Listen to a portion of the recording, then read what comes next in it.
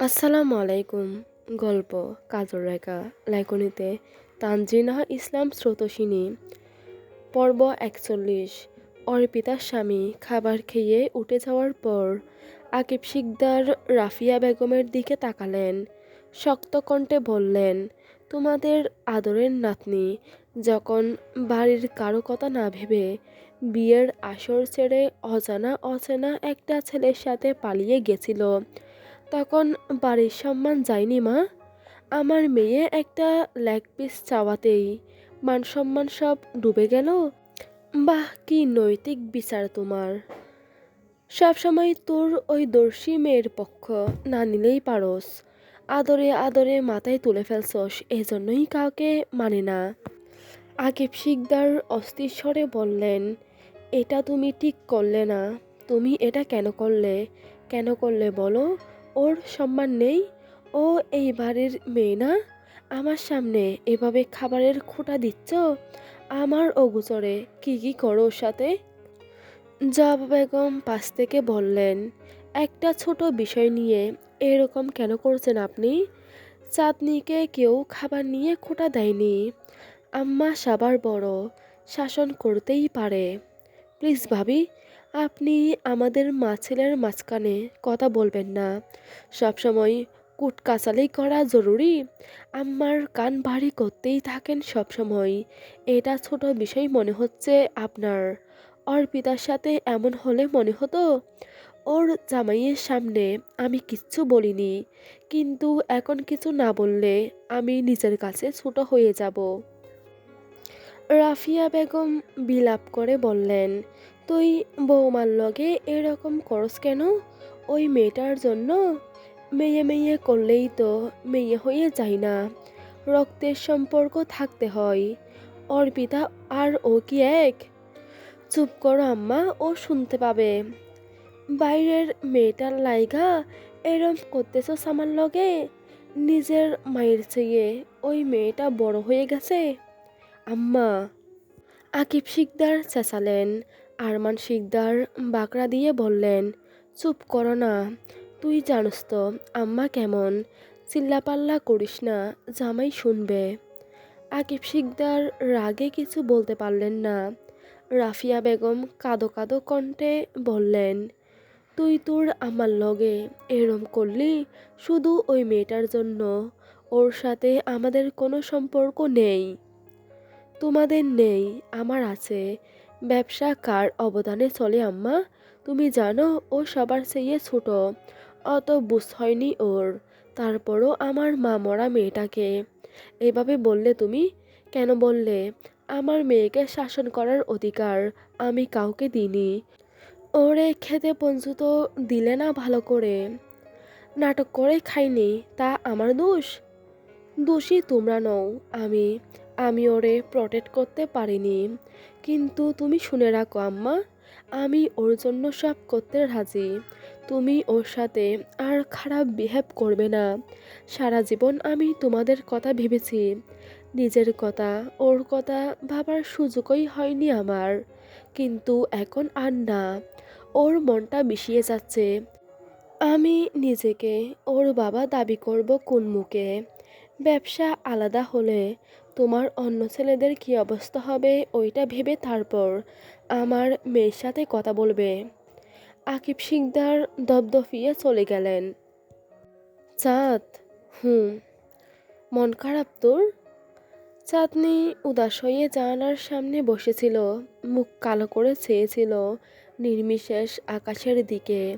আদারের প্রশ্নে ওর দিকে তাকালো না, শুধু বলল, বাবা চেঁচামেচি কেন করছে?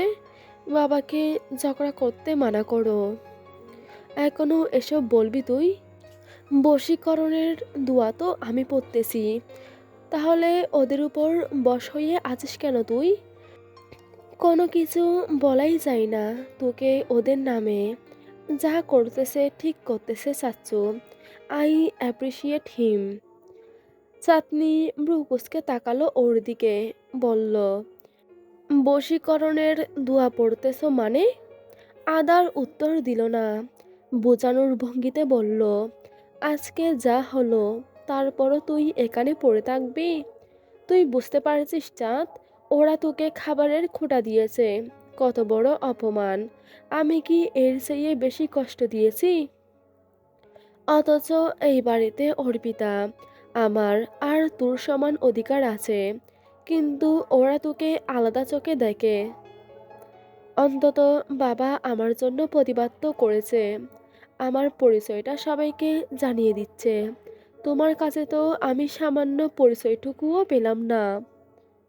শুধু পরিচয়? তোর আর কি লাগবে চাঁদ? একবার বল। শুধু ঢাকায় চল আমার সাথে, আমি সব শর্ত মানতে রাজি। I will do everything for you. কোনো শর্ত নেই। মানে, যাবি না?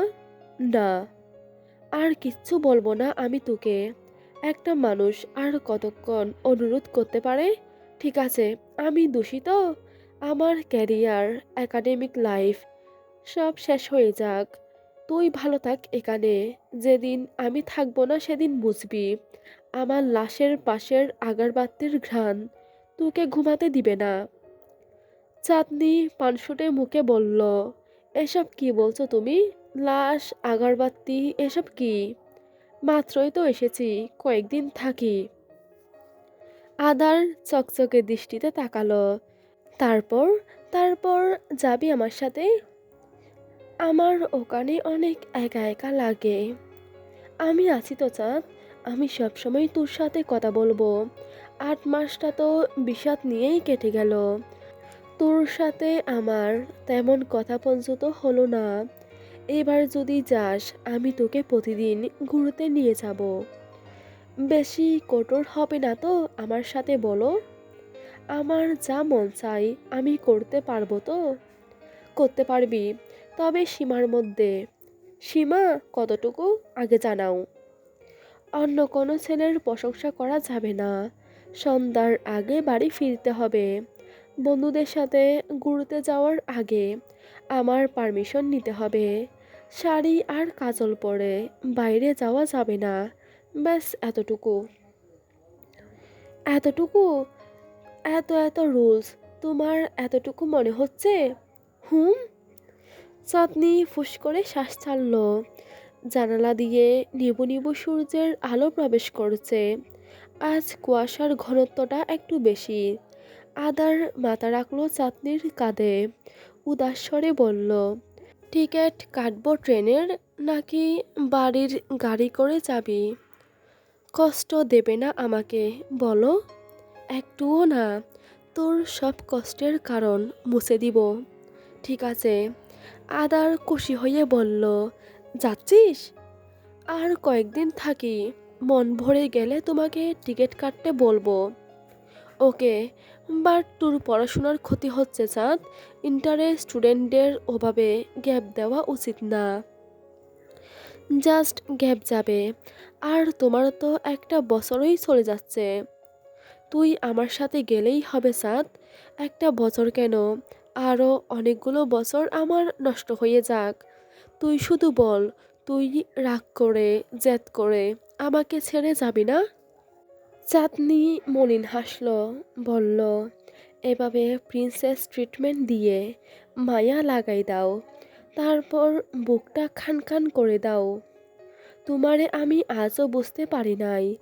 তোমার ভালোবাসাগুলো এমন কেন? কেমন? বিষাক্ত।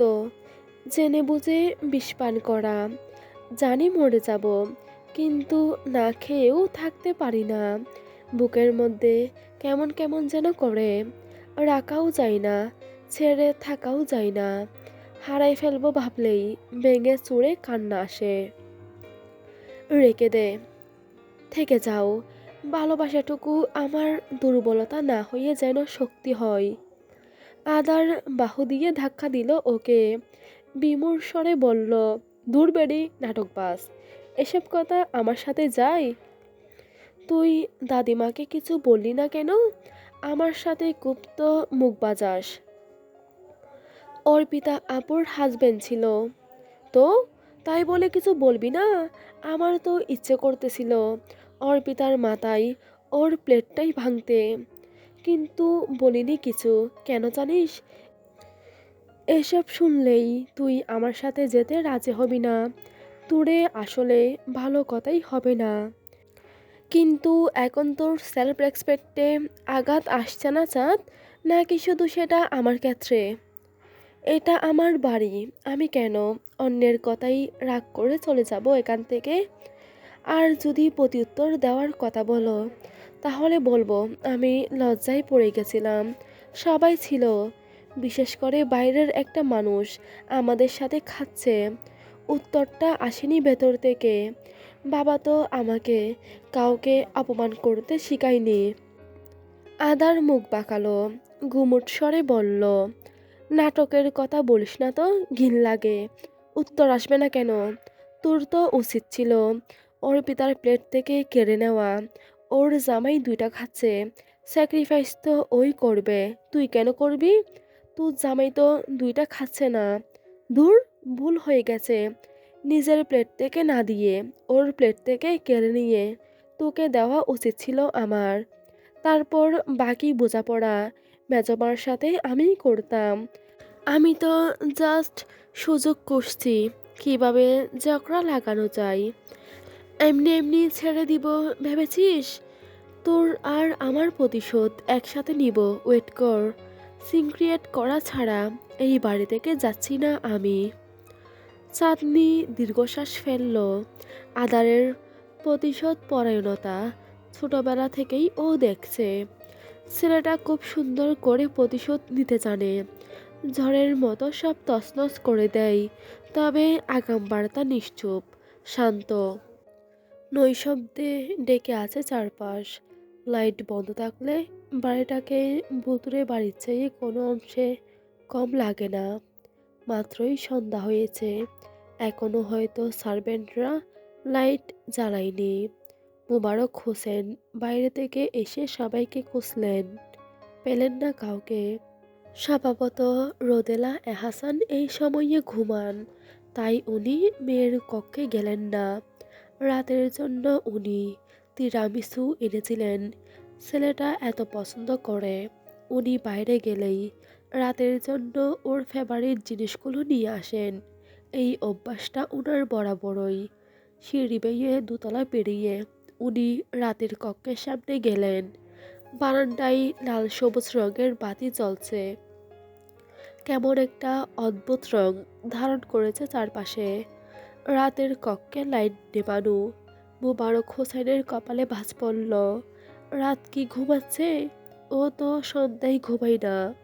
দু পা এগিয়ে দেওয়াল হাতড়ে কক্ষের লাইট জ্বালালেন তিনি।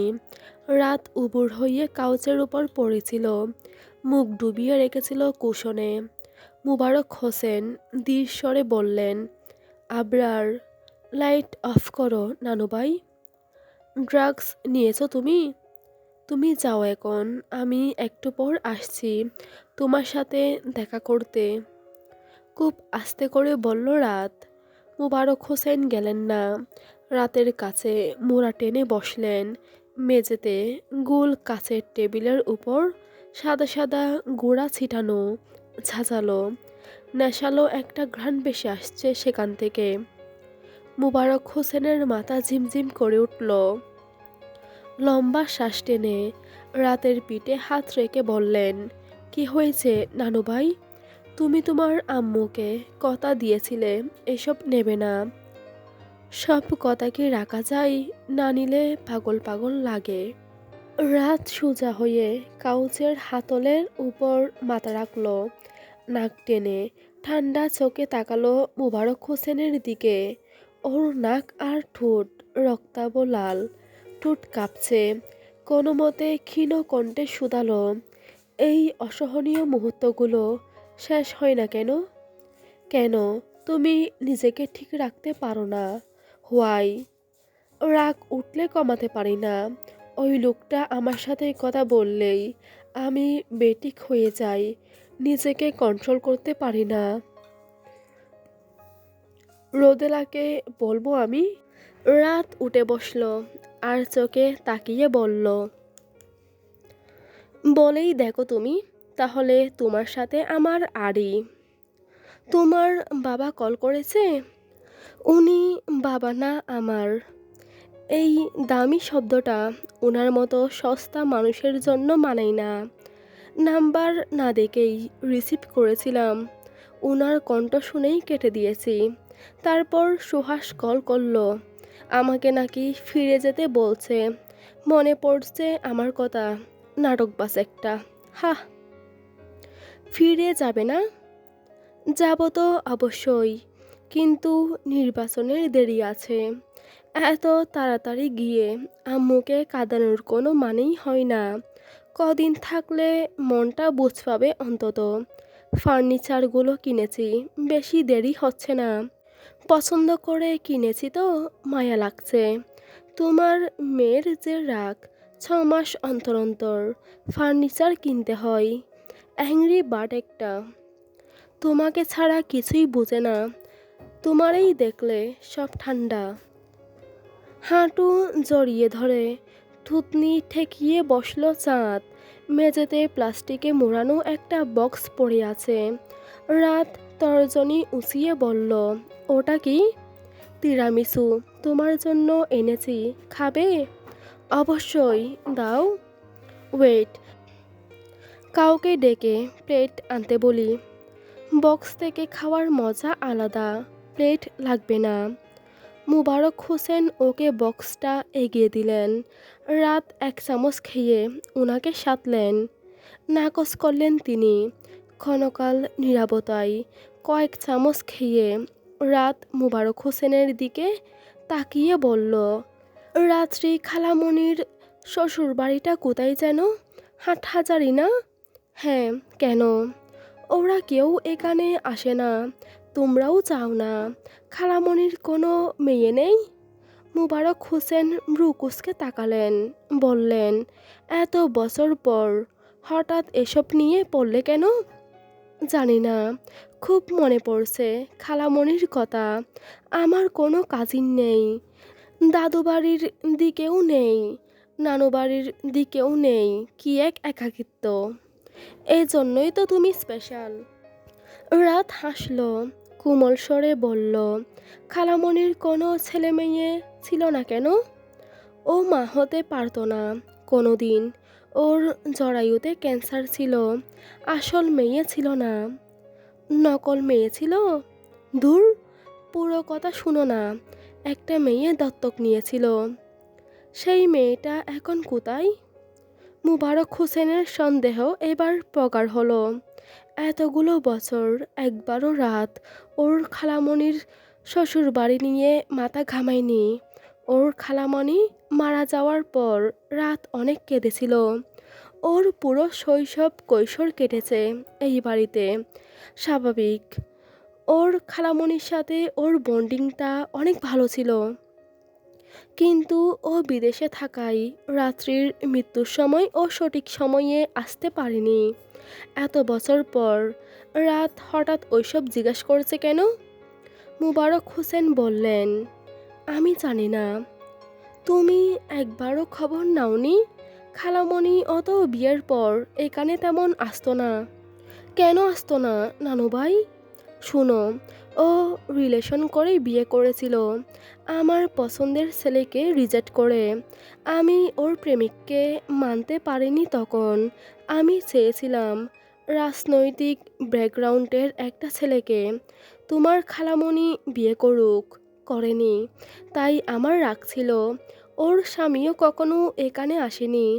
আমার মেয়েটা যে এভাবে অভিমান করে চলে যাবে আমি তো বুঝতে পারিনি। মোবারক হোসেন দীর্ঘশ্বাস ফেলে বললেন। রাত গম্ভীর স্বরে বলল, তুমি এটা ঠিক করলে বলো? আম্মু তো করেছে তোমার পছন্দের বিয়ে। কি হলো? তোমার পছন্দের ছেলে কি করলো নানুভাই? আমার জীবনটাও শেষ করে দিল। এই জন্য আমি সারা জীবন অপরাধী হইয়া আছি তোমাদের কাছে। উহু, শুধু আমাদের কাছে না, আরেকজনের কাছেও। খালামণি সেই মেয়েটা যার খোঁজ একবারও নাওনি তুমি। সে কেন? তোমার খালামণির নিজের মেয়ে ছিল না সে? রাত গম্ভীর দৃষ্টিতে তাকালো। মুবারক হোসেন আমতা আমতা করে বললেন, তুমি হঠাৎ এসব নিয়ে পড়লে কেন আজ? আমার না খালামণির হাজবেন্ডকে একবার দেখতে ইচ্ছে করছে। তুমি ওনাকে একবার এখানে আসতে বলবে? হঠাৎ কেমন জানি খালামণির কথা মনে পড়ছে আমার। আমার মনে হচ্ছে আমি আঙ্কেলকে কোথাও দেখেছি। কেন এমন মনে হচ্ছে জানি না। আমি পারবো না আবরার। রাত্রি বেঁচে থাকতেও আমি ওদের মেনে নিইনি। পরে যদিও সেটা নিয়ে আফসোস করেছিলাম। অপরাধবোধে জর্জরিত হয়েছিলাম। কিন্তু তখন অনেক দেরি হয়ে গিয়েছিল। সারাক্ষণ মনে হয়েছিল আমার মেয়েটা বোধহয় আমার অভিশাপেই চলে গেল। ওর স্বামী কখনো এই বাড়িতে আসেনি। ওর শ্বশুরবাড়ির কেউ আমাদের চেনে না। আমরা ওদের চিনি না। রাত্রি মারা যাওয়ার পর তো তোমার আম্মুকে নিয়েই চিন্তিত থাকতাম সারাক্ষণ। খালি মনে হতো আমার দোষেই আমার দুটো মেয়ের জীবন শেষ হয়ে গেছে। কারো খোঁজ নেওয়ার সুযোগ হয়নি আমার। কোন মুখে আমি এখন তাদের আসতে বলবো? রাত কিছুক্ষণ নিশ্চুপ চেয়ে থাকলো মোবারক হোসেনের দিকে। হঠাৎ করেই বলল, খালামণির হাজবেন্ড কি আবার বিয়ে করেছেন? হয়তো না, তেমন কোনো খবর আসেনি আমার কাছে। রাত ডুব গিলে বলল, দেখলে মা বাবারা সবসময় সঠিক হয় না। তুমি যাকে আম্মুর জন্য ঠিক করেছিলে সে তো তার সন্তানের কথা পর্যন্ত একবারও ভাবল না। অথচ যাকে খালামণি তোমার বিরুদ্ধে গিয়ে বিয়ে করলো সে স্ত্রীর সুখে বিয়ে করলো না আর। আসলে রূপবতী গুণবতীদের ভিড়ে ভাগ্যবতীরাই জিতে যায়। তুমি বলতে খালামণি শ্যামলা, অথচ আমার আম্মু সেই সময়ে আমাদের গ্রামের সবচেয়ে সুন্দরী মেয়ে ছিল। কিন্তু খালামণি তো জিতে গেছে, মারা গিয়েও জিতে গেছে। পালক হোক, অ্যাটলিস্ট তুমি ওনার মেয়ের একবার খোঁজ নিতে পারতে।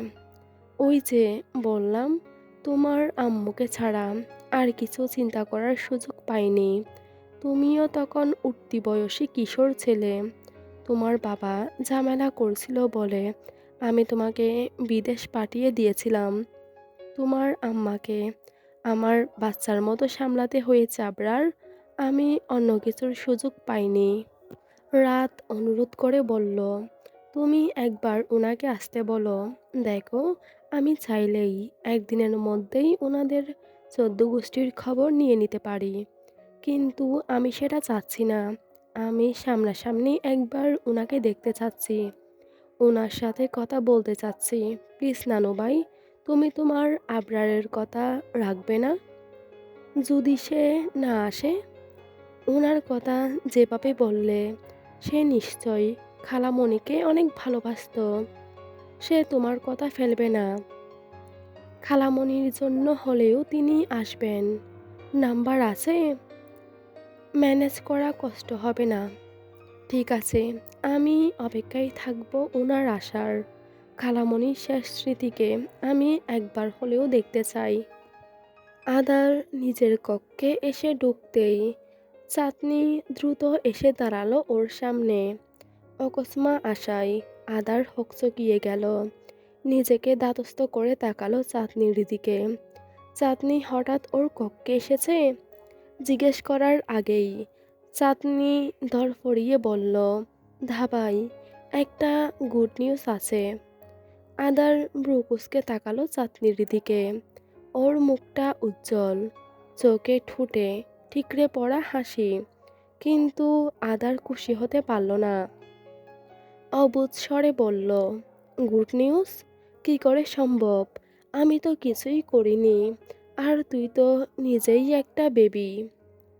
চাঁদনি কিছুক্ষণ বিমূঢ় দৃষ্টিতে চেয়ে থাকলো আদারের দিকে। কথার মানে বুঝে আসতেই চেঁচিয়ে বলল, সবসময় ফালতু কথা কেন ঘুরে তোমার মাথায়? পজিটিভ চিন্তা করতে পারো না? আদার ওকে পাশ কাটিয়ে বিছানায় গিয়ে বসলো। গায়ে লেদার জ্যাকেটটা খুলে ফেললো বিছানার উপর। ক্যাশ খুলে মোজো খুলতে খুলতে বলল, যেভাবে বললে পজিটিভ চিন্তা কি করে আসবে? তোকে ওই দিন কত করে বললাম তোয়ালেটা খুলে দেখাই, তাতেও তোর সমস্যা। আর এখন বলছিস গুড নিউজ, মানা যায় বল? চাঁদনি নাক ফুলিয়ে দাঁতে দাঁত চেপে বলল, আদার ভাই, অন্যরকম গুড নিউজ হতে পারে না? এভাবে ফালতু চিন্তা করো কেন সব সময়? আমার রেজাল্ট বেরিয়েছে, আমি ফিজিক্সে হাইয়েস্ট মার্কস পেয়েছি। আদারের চোখে মুখে তেমন কোনো উচ্ছ্বাস দেখা গেল না। স্বাভাবিক স্বরেই বলল, ও সেটাই বল, আমি আরও কি কি ভাবছিলাম। চাঁদনি মাথা নিচু করে ফেলল। ওর মনটা খারাপ হয়ে গেল নিমিষেই। কতটা এক্সাইটেড ছিল ও রেজাল্টটা জানার পর। আদারকে জানানোর জন্য কতক্ষণ ধরে ওর কক্ষে অপেক্ষা করছিল। আদার ওর এক্সামের সময় ওকে ওর সমপরিমাণ কষ্ট করেছে বলতে গেলে। সারা রাত ওর সাথে জেগে থাকতো, কফি বানিয়ে দিত, সরি, ও ঝিমালে ডেকে দিত, ওকে প্র্যাকটিক্যাল লিখে দিত। ওর খুশির অর্ধেক ভাগ আদারেরই। এই যে রেজাল্টটা এখানে, চাঁদনির চেয়েও আদারের কন্ট্রিবিউশন বেশি। অথচ আদার রেজাল্ট শুনে চাঁদনির মনমতো প্রতিক্রিয়া দেখালো না। কেন দেখালো না? আদারের প্রতিক্রিয়া দেখানো উচিত, ওর খুব খুশি হওয়া উচিত। এমন নর্মাল বিহেভ চাঁদনির হজম হচ্ছে না। যেখানে ও টিউটোরিয়ালে একটু ভালো করলেই আদার কত খুশি হতো, সেখানে মিড টার্মে ফিজিক্সে হাইয়েস্ট পাওয়ার পরও আদার রিয়াকশন দিচ্ছে না। বাকি সাবজেক্টগুলোর কি খবর? মোটামুটি 4 পয়েন্ট এসেছে। আচ্ছা, যেগুলোতে একটু কম মার্কস পেয়েছিস সেগুলোতে ফোকাস কর বেশি বেশি। চাঁদনি বলল, তুমি কি ব্যস্ত? কোথায় ছিলে এতক্ষণ? আদার মুচকি হেসে বলল, মিস করছিলি? না, আমার চাইল্ডহুড ফ্রেন্ডের সাথে দেখা করতে গিয়েছিলাম, সবাই ডাকলো, ভাবলাম যাই। ও আচ্ছা, রেস্ট নাও। চাঁদনি বেরিয়ে যেতে গেল। আদার পিছু ডাকলো ওকে। চাঁদ। চাঁদনি পিছু ফিরল। Congratulation for the highest mark. এই তো, তুই ওয়াইফের মতো বিহেভ করছিস, কিন্তু তুমি হাজবেন্ডের মতো বিহেভ করছো না। করনি কোনোদিনও। আচ্ছা, হাজবেন্ডের মতো বিহেভ কিভাবে করে আমি তো জানিও না। তোমার উচিত ছিল আমার সাকসেসের কথা শুনে অনেক খুশি হওয়া। হ্যাঁ, খুশি হয়েছি তো, আমি অনেক খুশি হয়েছি। বাট যে গুড নিউজের এক্সপেকটেশন ছিল ওটা শুনলে আরও বেশি খুশি হতাম। বাট সেটা তো সম্ভব না। দুষ্টামিই করলাম তোর সাথে। তুই বড় কেন হচ্ছিস না বলতো?